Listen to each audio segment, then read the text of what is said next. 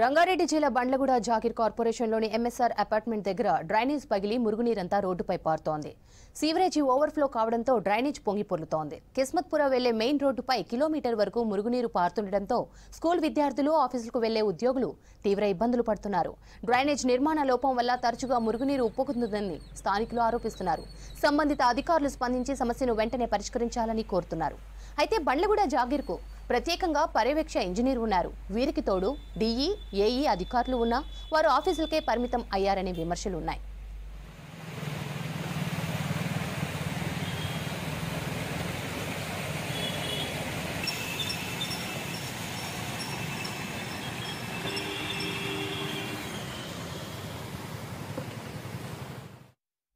రంగారెడ్డి జిల్లా బండ్లగూడ జాగీర్ కార్పొరేషన్లోని MSR apartment దగ్గర డ్రైనేజ్ పగిలి మురుగునీరంతా రోడ్డుపై పారుతోంది. సీవరేజీ ఓవర్ఫ్లో కావడంతో డ్రైనేజ్ పొంగి పొర్లుతోంది.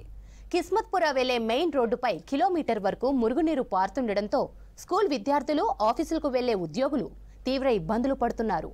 డ్రైనేజ్ నిర్మాణ లోపం వల్ల తరచుగా మురుగునీరు ఉప్పొంగుతుందని స్థానికులు ఆరోపిస్తున్నారు.